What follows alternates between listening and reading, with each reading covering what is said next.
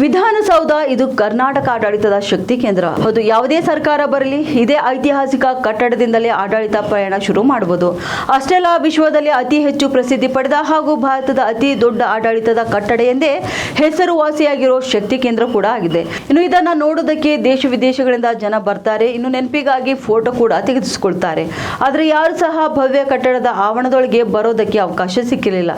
ಆದರೆ ಈಗ ವಿಧಾನಸೌಧಕ್ಕೆ ಸಾರ್ವಜನಿಕರಿಗೂ ಪ್ರವೇಶ ನೀಡಲು ರಾಜ್ಯ ಸರ್ಕಾರ ಹೊಸ ಹಾಗೂ ವಿನೂತನ ಕಾರ್ಯಕ್ರಮ ಏರ್ಪಡಿಸುತ್ತಿದೆ. ಇದೊಂದು ಐತಿಹಾಸಿಕ ತೀರ್ಮಾನವಾಗಿದೆ. ಇದುವರೆಗೂ ಯಾರು ಕೈಗೊಳ್ಳದ ಅಥವಾ ಇಟ್ಟಿರದ ಹೆಜ್ಜೆಯನ್ನು ರಾಜ್ಯ ಸರ್ಕಾರ ಇಡುತ್ತಿದೆ. ಸಾಮಾನ್ಯ ವ್ಯಕ್ತಿಗೂ ಕೂಡ ವಿಧಾನಸೌಧ ವೀಕ್ಷಣೆಗೆ ಸುವರ್ಣ ಅವಕಾಶ ಕಲ್ಪಿಸಲಾಗುತ್ತಿದೆ. ಅದರಲ್ಲೂ ಕೂಡ ಶಕ್ತಿ ಕೇಂದ್ರದಲ್ಲಿ ಶಾಸಕರು, ಸಚಿವರು ಕುಳಿತುಕೊಳ್ಳುವಂತಹ ವಿಧಾನಸಭೆ, ವಿಧಾನ ಪರಿಷತ್ ನೋಡೋದಕ್ಕೆ ಅವಕಾಶ ಕಲ್ಪಿಸಲಾಗುತ್ತಿದೆ.